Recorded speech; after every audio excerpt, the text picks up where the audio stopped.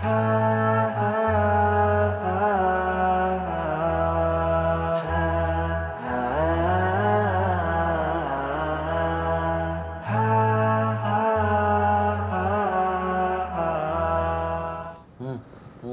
dia, jangan tidur aja.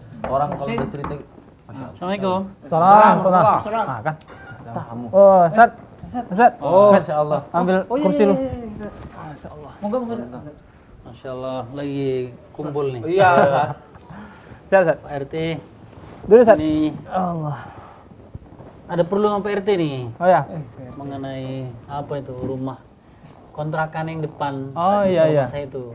Kemarin saya udah ngobrol sama yang si pemilik. Dia bilang dia oke pada asalnya. Tinggal lagi kembali ke Pak RT, apakah cocok, apakah perlu dilihat lagi atau gimana? Kemarin kan udah lewat di depan, tapi kayaknya udah paten gitu, Ustaz. Udah oke ya. Jadi berarti nanti kita kapan ke sana lah, biar kita jumpai langsung sama orangnya. Jadi Boleh ditemani kan kakak? Oh, harus lah. Nanti kan kita pindah-pindah rumah nanti. Mantep ya. Mungkin minggu depan udah bisa kayak Ustaz. iya, dia udah siap. Udah siap ya? Tinggal kita telepon, nanti dia datang, dijumpa sama Pak RT langsung kan. Oh, paten. Puasa Ustadz ini boleh kita tanya-tanya. Nah, Oh iya betul. Iya. Biar orang keras kepala kayak gini bisa lembek lagi. Dia namanya kepalanya keras kok. Lembek. Masa susah kali nasihatin ini Pak Ustaz. kenapa? Oh iya. Ngan Ustad, aku bingung. Masa ya ke masjid sana beda-beda Ustad. Ya, beda-beda dalam Masjidnya beda lah. Anunya, apa cara sholatnya Ustad? Tata cara sholat. Masa aku sholat di sana Ustad, gak baca bismillah. Sholat. Oh. Al-Fatihahnya Ustad. Oh, ada juga wudhu Ustad. Kalau kita kan wudhu kan ceplek 3 kali di sini kan Ustad. Iya. Masa itu sekali Ustad? Wis ngono Ustad, di kuping sekali. Pokoknya sah itu loh Ustad. Maksud, ya kan kita belajar kan 3 kali kuping. Oh, makanya kau ngaji gula sama aku sudah tahu. Pinter aku ngaji Bang Biring, aku udah tamat Iqra. Tamat Nah, ini kita tanya sama Ustadz ini, gue bilang tadi itu ada berbeda pendapat orang-orang, ulama. Banyak kali pun pendapat, bagus kita nggak usah ngaji, nggak usah belajar katanya. Biar nggak ada berbeda pendapat. Oh iya. Bagus juga itu Pak Selamat. Pertama memang perbedaan pendapat itu kerap terjadi ya. Yang penting kan sholatnya tetap 4 rakaat zuhurnya kan, masing-masing. Ya masih sih Ustad. Nggak ada yang 5-1, aku 5 aja, enggak kan? Enggak Ustad. Oke. Pertama gini, perbedaan pendapat di kalangan para ulama itu kita harus melumrahi. Ya kan? Jangan kemudian, kenapa beda? Beda perbedaan itu ada namanya perbedaan masalah fikih dan perbedaan masalah akidah. Nah, perbedaan masalah fikih itu masih bisa ditolerir. Nah, karena apa? Kenapa terjadi perbedaan pendapat? Ada beberapa unsur yang harus kita pahami. Jadi ketika kita melihat beda sama orang, kita melumrahi. Yang pertama, perbedaan pendapat itu terjadi di kalangan para ulama, baik dikatakan Imam Syafi'i, Imam Ahmad, Imam Malik, Imam Hanafi, dan imam-imam lainnya seperti Laythi, Zohiri, dan lain sebagainya banyaknya. Ulama fikih kan? Nah, kenapa terjadi? Tengok, perhatikan. Setelah Nabi Muhammad meninggal, ya kan? Setelah Nabi Muhammad meninggal itu, kemudian para sahabat itu pencar ke seluruh dunia. Jadi Umar pergi kemana, Abu Hurairah kemana, Khalid bin Walid kemana, agar apa? Menyebarkan Islam. Khawatir Islam itu punah di negeri Jazirah Arab saja. Nah, jadi makanya kemudian menyebar. Nah, kapasitas para sahabat itu berbeda-beda. Kadang-kadang kita aja satu kelas kuliah, ya kan? Ilmunya berbeda. Itu yang satu kelas, yang kelasnya tatap mukanya sama, di asrama sama, ngantuknya sama, makannya sama kan Pak Selamat? Iya. Tapi kemudian beda ilmunya. Konon lagi kemudian para sahabat kadang-kadang, contoh Umar bin Khattab itu dalam riwayat itu dikatakan ketika sibuk mengembala untanya, dia bilang sama pengembala yang lain, kita kayak mana kalau gantian? Besok kamu datang ke Rasul belajar, nanti sudah belajar ajari aku. Aku yang memiara gembalaan dia. Kata Umar, gantian. Nah begitu juga dengan contoh Abu Hurairah, ini yang banyak dihujat ini kaum muslimin sekarang. Abu Hurairah dikatakan kenapa usianya berjumpa dengan Rasul sedikit, hadisnya banyak. Kita katakan yang banyak karena dia terus mulazamah, hidup bersama Rasul terus siang dan malam. Sementara Umar enggak, Abu Bakar enggak. Jadi jumlah kapasitas yang diterima informasi itu lebih banyak. Itu satu. Nah, ketika mereka masing-masing ajarkan, kemudian bedalah serapan masing-masing tempat. Ya kan? Contoh, kita katakan Imam 4 dari Imam Hanafi, Imam Syafi'i, Imam Malik, dan Imam Ahmad. Contoh yang paling kecil masalah khamar. Khamar kan? Khamar itu kan memabukkan dia. Khamar itu dikatakan Imam Hanafi pada saat itu yang tidak mendapatkan hadis, dia bingung ini khamar ini boleh atau enggak. Ketika ditanya, para muridnya bertanya, bagaimana wahai Imam, khamar ini boleh atau enggak minuman ini? Kata Imam Hanafi, kalau melihat berdasarkan kejadian pada zaman Rasulullah, khamar itu kan terbuat dari anggur.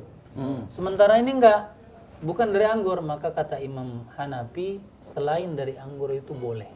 Jadi kalau ganja orang Aceh, ya kan? Kemudian tua orang Medan, susu Medan katanya, dan yang lainnya itu secara menurut mazhab Hanafi boleh, ya kan? Itu boleh. Karena apa faktor? Karena dia tidak mendapatkan dalil. Apa kata Rasul pada saat itu? Jadi dia kemudian berijtihad, kemudian dia mengeluarkan fatwa boleh. Sementara ketika ditanya Imam Syafi'i, Imam Malik, Imam Ahmad, katanya nggak boleh, haram. Mau ganja, mau tua, mau vodka, mau yang lain sebagainya, nggak boleh. Kenapa? Karena mereka mendapatkan dalil daripada sahabat. Dia mengatakan kullu muskirin qaliluhu fa katsiru haram, bahwasanya sedikit ataupun banyak zat itu yang memabukkan tetap haram, apapun bendanya. Nah, jadi kan beda itu kan? Satu mengatakan boleh ini, kalau kita katakan kan nggak boleh. Iya. Ya karena kita mengambil pendapat yang ini. Nah, apakah kemudian mana yang benar pada porsi ini? Porsi ini yang tidak mendapatkan dalil kita katakan nggak benar. Kenapa kita bisa mengatakan? Karena semua hadis sekarang sudah gampang kita cari.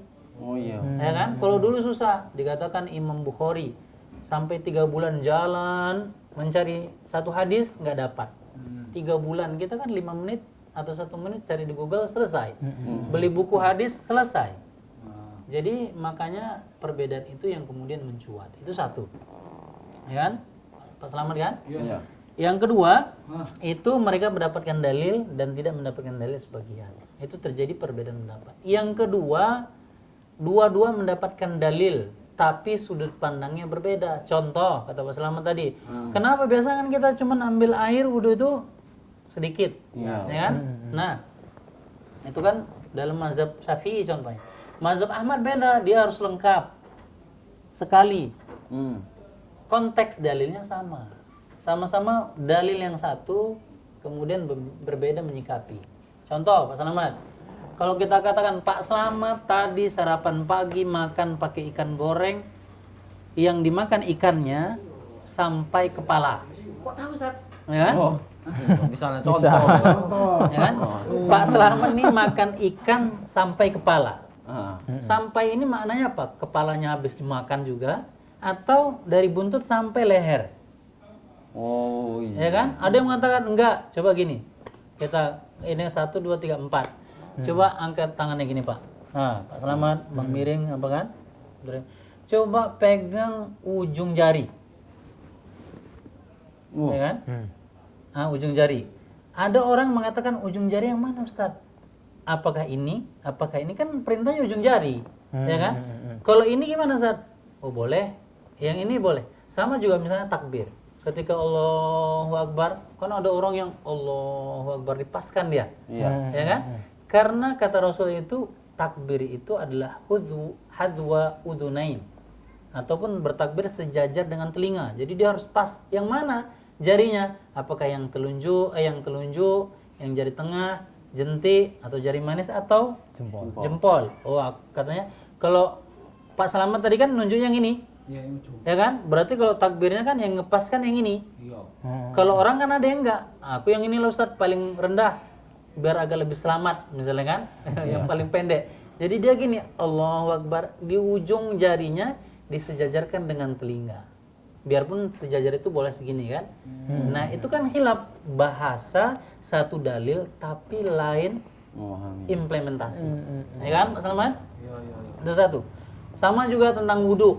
Dikatakan dalam Al-Quran itu ketika wudu, wa masaha bi ra'sihi, menghapus ba dengan kepala. Dengan itu artinya banyak dalam bahasa Arab. Huruf ba. Satu itu ada namanya dikatakan tufidut taba'id. Taba'id itu artinya sebagian. Tufidul kul artinya keseluruhan. Imam Syafi'i mengartikan huruf ba di sini adalah tufidut taba'id, sebagian. Imam Ahmad mengatakan ini adalah tufidul kul, keseluruhan.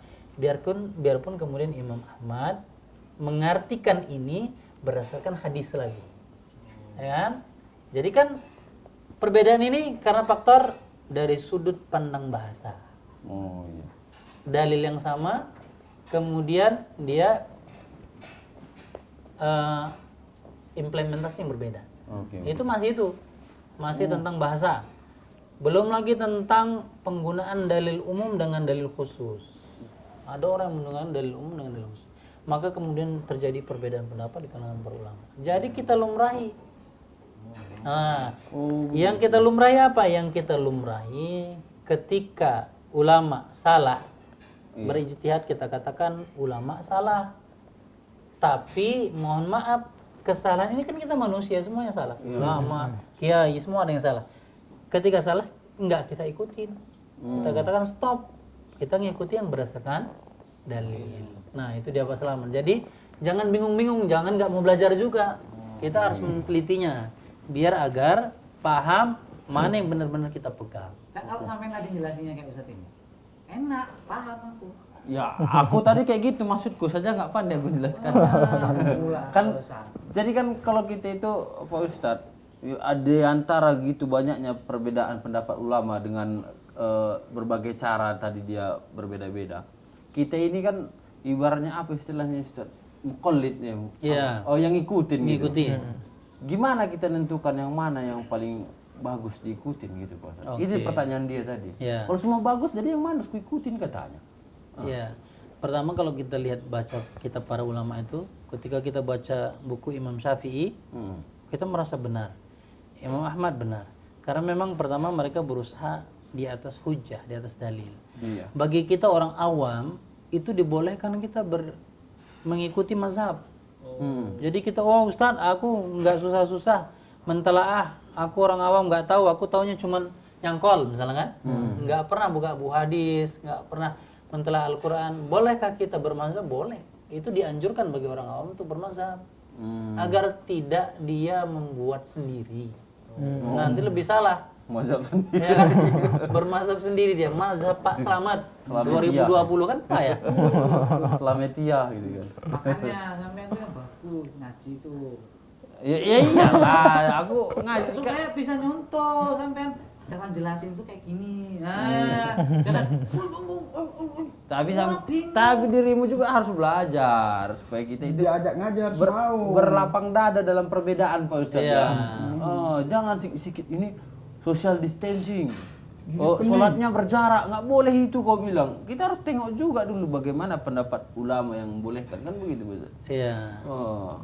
Jadi intinya pertama kita harus legowo dengan mereka yang berbeda. Iya betul.